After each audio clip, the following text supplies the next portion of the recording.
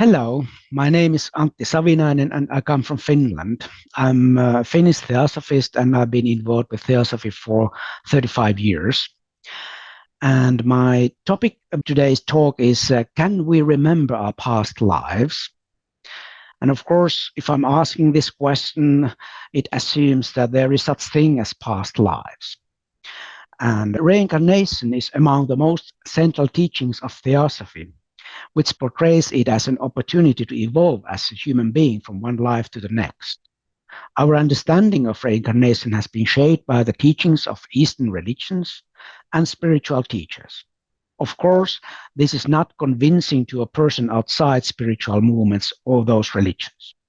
Even so, there is empirical evidence for reincarnation independent of religions and spiritual movements.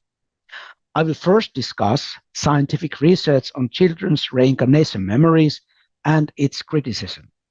Next, I will evaluate the results from the perspective of theosophy, as I understand it.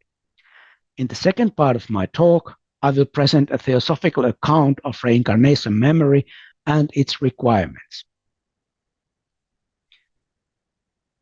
I'll start with Ian Stevenson's groundbreaking work.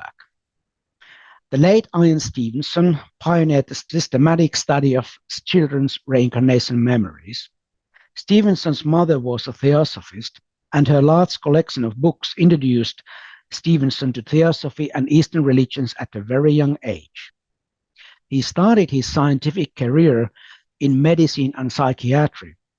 After receiving a scientific education, he became interested in paranormal phenomena and wondered whether there was any scientifically sustainable evidence for them. This interest led him to research children's spontaneous reincarnation memories in the late 1950s. The work took off when Stevenson received an endowed professorship in 1964 from the University of Virginia. With the donation from physicist and inventor Chester Carlson, he established the Division of Perceptual Studies. Carson's bequest made it possible to undertake fact-finding missions to India, Sri Lanka, Turkey, and many other countries. Stevenson published his research in peer-reviewed scientific journals and wrote several books on his methods and results. Some critics considered his methods unscientific, but most members of the scientific community simply ignored him. He did gain some supporters within the community, although they necessarily did not find reincarnation as a plausible explanation. They found Stevenson to be an accurate and honest scientist. One psychiatrist wrote, "Either he is making a colossal mistake or he will be known as the Galileo of the 20th century." Stevenson's research institute has proved very active, carrying out scientific research on children's reincarnation memories and near-death experiences. Stevenson retired in 2002 and was succeeded by Professor Jim Tucker, so the work continues. By 2005, 2,500 well-documented cases of reincarnation had been recorded. Most come from non-Western countries and communities where belief in reincarnation is common. An essential part of the research method is the interview. When a case comes to the attention of the investigators, they travel to the scene and conduct a thorough interview with family members. The researchers use general, open-ended questions. Both correct and incorrect answers are reported. The families are not paid, as this could encourage cheating. Often current and former families have already met, but there are cases where researchers have had the opportunity to interview both families separately. Such cases naturally carry more weight. And here are some key results of the investigation, which has lasted for 60 years or so. The first thing to be noted is that the time between incarnations is typically very short, from a few weeks to a few years. And behavioral patterns, skills, and even language of the former personality can be carried out to the new incarnation. Phobias and birthmarks manifest themselves in the new personality. They recognize people and locations of the past life, and some of these can be verified. The subjects are 2 to 5 years old when they start to talk about their past life. The memories fade away by the age of 8. Sometimes they can persist for longer, but that's rare. And Stevenson was adamant in pointing out that no case is perfect, but I want to add that some come quite close. I will next present 2 cases of the reincarnation type from the United States.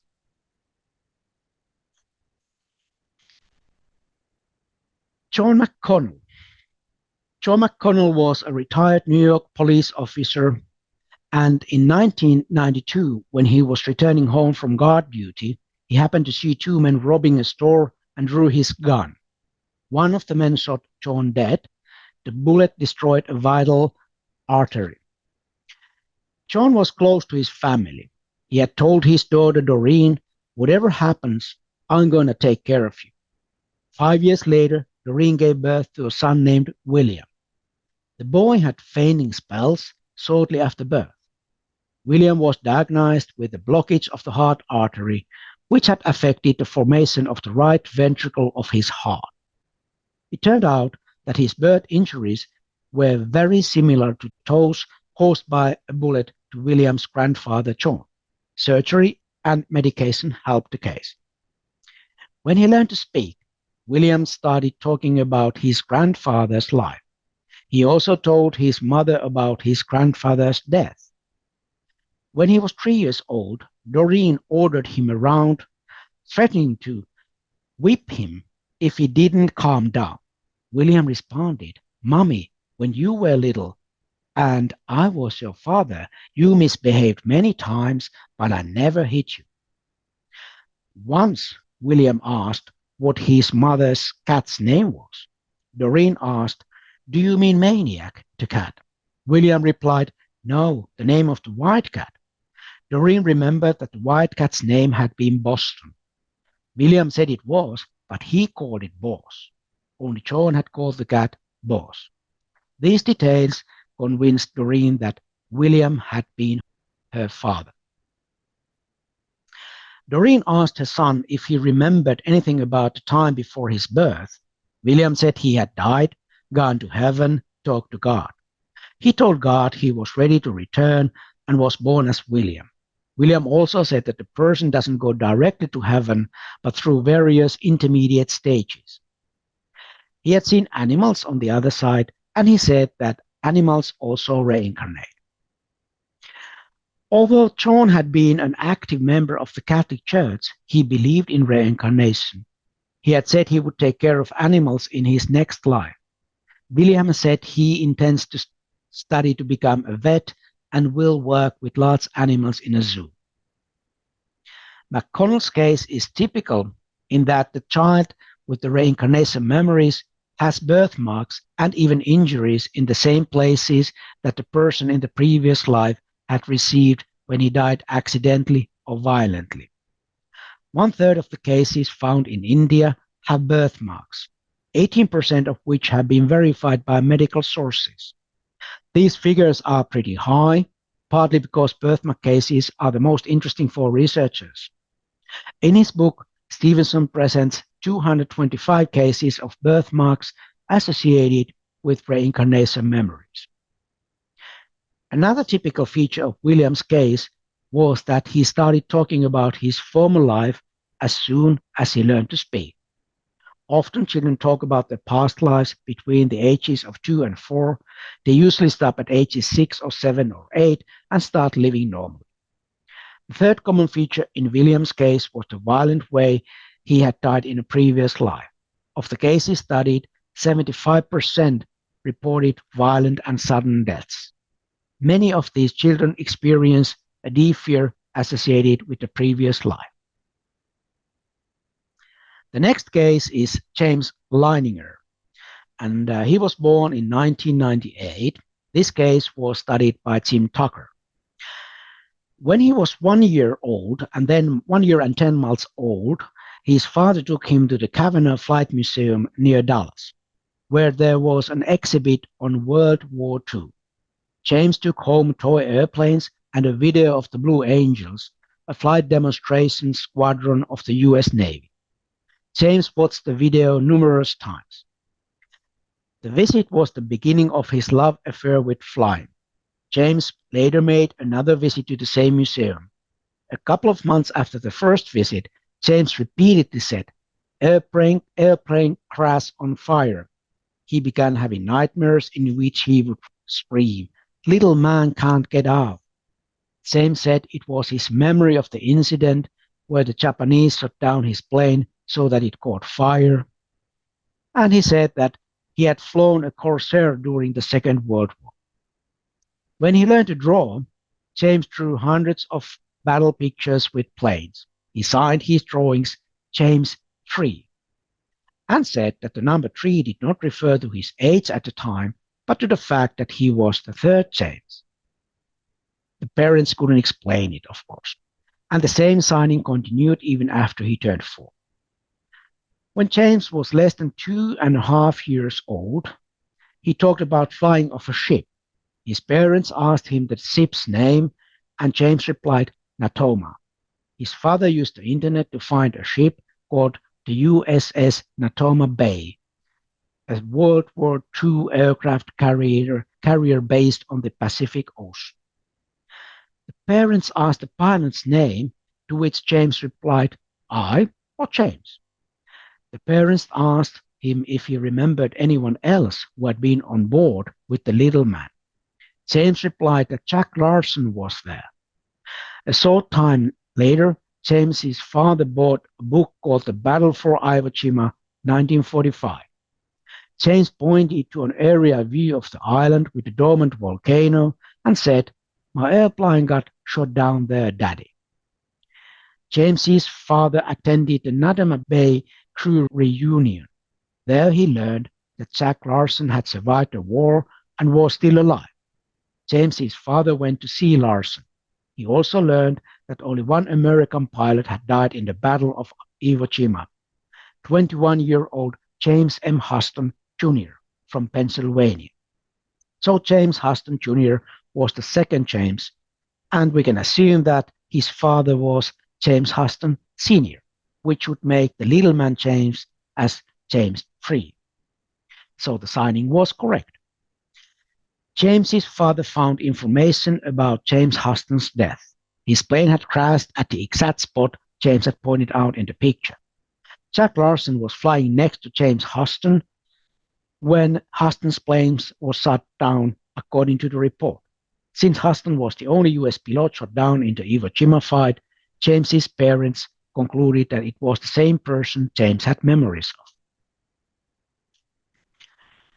James's parents could get in touch by telephone with James Huston's elderly sister, who confirmed the information about their family life given by James Leininger. Researcher Jim Tucker later contacted James Huston's sister again. She no longer remembered the details of her telephone conversation with James's parents 5 years earlier. Well, she was 91 years old at the time after all. However, she remembered that James's mother had asked if James Huston's father was an alcoholic, as James Leininger had told. James Huston's sister remembered confirming that this was true. Interestingly, James Leininger's father was an evangelical Christian, and reincarnation did not fit his worldview. His father tried to find errors in James's memories that would allow him to reject the idea of reincarnation. Indeed, one such mistake was found. Veterans of the Natoma Bay said that the ship had no Corsair aircraft. His father considered this the crucial error that would save his belief in a single life. But this hope was broken when James Huston's sister sent a photograph of James Huston in front of a Corsair. He had flown it during the war, although he was not flying when he died. The sister also sent a drawing of James Huston by his mother. When little James saw the drawing, he asked, "Where is the other drawing?" James Huston's mother had also made a drawing of the sister. The drawing had been in the attic for 60 years. Let us then look at the possible explanations in general, not in these particular cases, but what kind of critical views can be proposed. Well, first, there are ordinary natural explanations. Perhaps fraud could have taken place. Perhaps all 2,500 cases investigated are fraud, or in some cases, the result of a large-scale conspiracy. James states that there is no apparent reason for the families to come forward with fabricated stories, since they do not benefit financially from meeting the investigator. The reason could hardly be to spread a belief in reincarnation, since, especially in Western cases, the family often does not believe in reincarnation. One could think that the researchers have perpetrated a hoax that has been going on for 50 years. This is not plausible either, because non-scientists have also been in contact with some families when the cases have become public. Moreover, Stevenson, for example, was accompanied in several interviews by a respected Washington Post reporter who was initially skeptical about the reincarnation hypothesis. The reporter particularly was interested in seeing whether Stevenson was in any way leading the people he was interviewing. He found no signs of such a pattern. In many cases, children have been able to provide information about the life of an earlier person, which could later be confirmed. Perhaps it is just children's imagination combined with coincidence. It could be that there are a lot of people with a certain name in a given area, which increases the probability of guessing something correctly. Even this explanation doesn't seem plausible, since in the cases described above, the descriptions given by the children are very specific and not common knowledge at all. However, nowadays we have Google and other search engines. One can find a lot of things with a bit of Googling. Perhaps children have got their information from the internet, or before that from reading magazines. Even this explanation is not convincing because, in the cases mentioned before, the information was not on the internet. Moreover, many children can't even read when they start to tell about their stories and memories of their past lives, sometimes when they are less than 2 years old. The researchers' informants are parents and people from the old family. Could it be that families are misremembering? Perhaps the narrative is generated by the child recalling a past life in another village, after which the parents excitedly look for another family and find one that seems suitable. As the families meet, the story might be enriched with details that have emerged from their discussions and their desire to prove the case of reincarnation. This could be possible. There are also many cases where investigators have found the other family before the families have had the chance to meet. In many cases, there have also been many witnesses to the children's communications other than immediate family members. Moreover, identifying the second family requires detailed information. There are also cases where parents have written down the child's accounts before attempting to verify them. Christopher French, a professor and skeptic, argues that children's memories are false memories created through interaction with their parents. It is possible that parents may have shown their children photographs and puzzled them about who they might have been in their past lives. French says that the false memories may have been created from the parents' information. Well, one can decide how well French's explanation fits the above-mentioned cases and many others. Then there are supernatural memories. This, of course, is something which ordinary skeptics do not contend because they don't believe in anything supernatural. But let's have a look at this as well. Perhaps the child has unknowingly acquired knowledge through a supersensory route, such as ESP. One may have received the information telepathically. It has also been suggested that these children, but only these children, have a superpsychic ability at their disposal that enables them to find anything they want. The explanation is so much tailored to deal with reincarnation memories alone, because these children know more about other things than other children. Furthermore, this hypothetical ability is not present in any other group. Some children also have birthmarks or birth defects that appear to be related to the way the person died in a previous life. These are not explained by ESP alone. Then there's another set of counter-arguments. The supporters of conservative Christianity have one supernatural explanation. Perhaps evil spirits possess these children. Tucker does not find this plausible because the children have not undergone a personality change or lost the memories of their present lives. It's the same child who lives in the present but remembers living in the past. Of course, this explanation will not persuade a certain type of Christian who will remain convinced that the unbiblical concept of reincarnation is the work of the enemy of the soul in one way or another. Then there is a third way of criticizing this, which I would call philosophical criticism. And philosopher Paul Edwards wrote even a book about this topic. And I would just raise one idea from his book, and it's the problem of population growth. Because in year zero, there were only about 200 million people, and now about 8 billion people. And this argument has been shown to be not valid because this explanation is that perhaps the reincarnation takes place more quickly nowadays than it did earlier. So it doesn't negate the idea of reincarnation.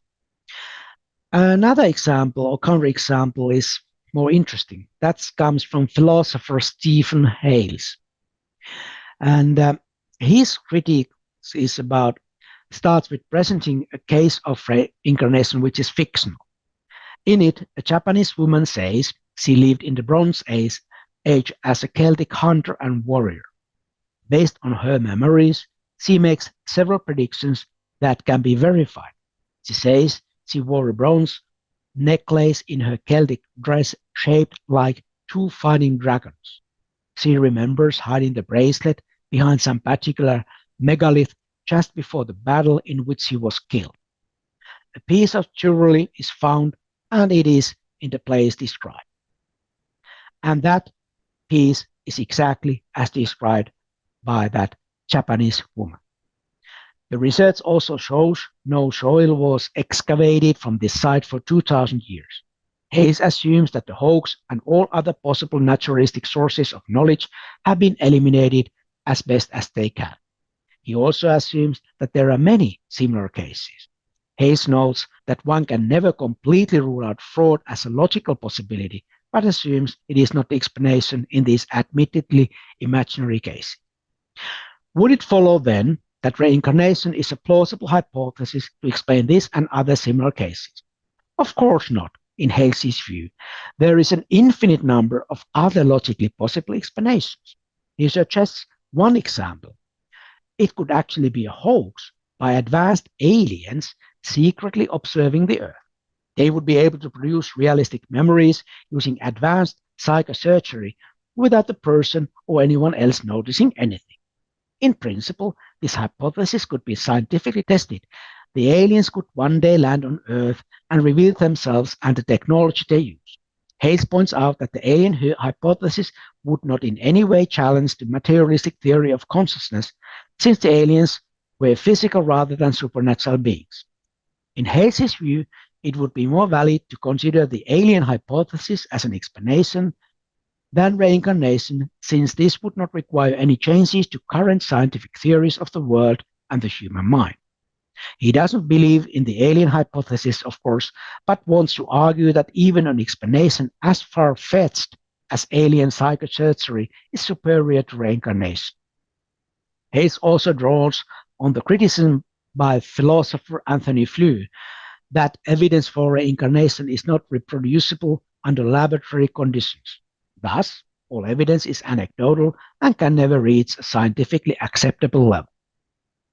For the reincarnation hypothesis to be plausible, Hale says, a scientific valid theoretical explanation would have to be found to explain everything we know about the mind and brain.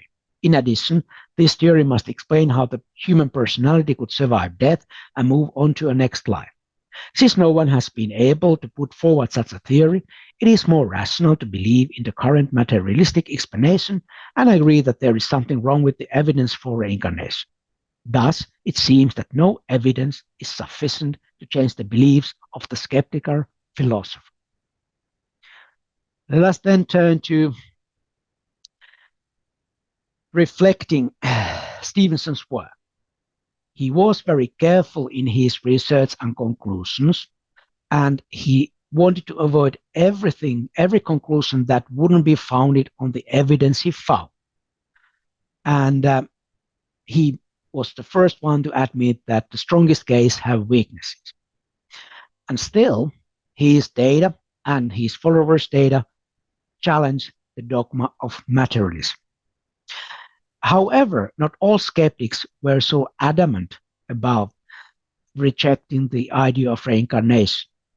Even though the famous astronomer and skeptic Carl Sagan didn't himself believe in reincarnation, he felt that data is data and it must be taken seriously, and it demands and requires more research. And he, of course, believed that it would lead to nothing, but he had learned the hard lesson not to discard evidence and data based on just one's beliefs. And I would like to say that, in my opinion, and I think that the whole work considered, Stevenson, it will be seen as the Galileo of the modern age, and his work will bear fruit in future. Let us then take a theosophical look at this reincarnation data. Well, the extensive data collected by Stevenson and others is interesting from the point of view of theosophical teachings. Stevenson's studies suggest that rebirth takes place quickly, usually within a few years. Theosophical and anthroposophical sources uniformly describe a long process of reincarnation in which a person is first freed from the limitations of their former personality in the various levels of the astral world and then lives most of their life after death in the heavenly world, which is called Devacha. This process can take up to 1,000 years in earthly time. On the other hand, Theosophy suggests that humanity's helpers can be reborn more quickly, directly from the astral plane. In this way, the personality of the previous life is indeed reincarnated. This requires that the person is able to renunciate heavenly happiness. Only highly evolved people can do this, according to Theosophy. In addition, reincarnation could take place rapidly from the astral place in case of infant deaths. But the cases studied by Stevenson do not appear to fit these theosophical specifications. Most of the cases involve violent or sudden death. In these cases, reincarnation memories could be explained by the fact that the person's etheric body, as explained in Theosophy, which preserves the previous life memories, would not have time to disintegrate into the general etheric world and could therefore remain in some respects unchanged. So, next I will turn to the second part of my talk and discussing reincarnation memory. I will base this part to Pekka Ervast's teachings, and he was a pioneer in the Finnish Theosophical movement, and he passed away in 1934, and he founded the Finnish Rosy Cross organization, and he was clairvoyant and, we believe, able to study things from an occult perspective. You can judge, of course, what I'm going to say about it. So, what it would take to gain a reincarnation memory? Let's discuss that. According to Theosophy, the personality changes from one incarnation to another. What remains the same is the inner self or higher ego. Because this present personality has never lived before, it typically has no past life memories. However, sometimes it is possible to have some impressions from past lives through dreams and visions, but their validity is difficult to verify.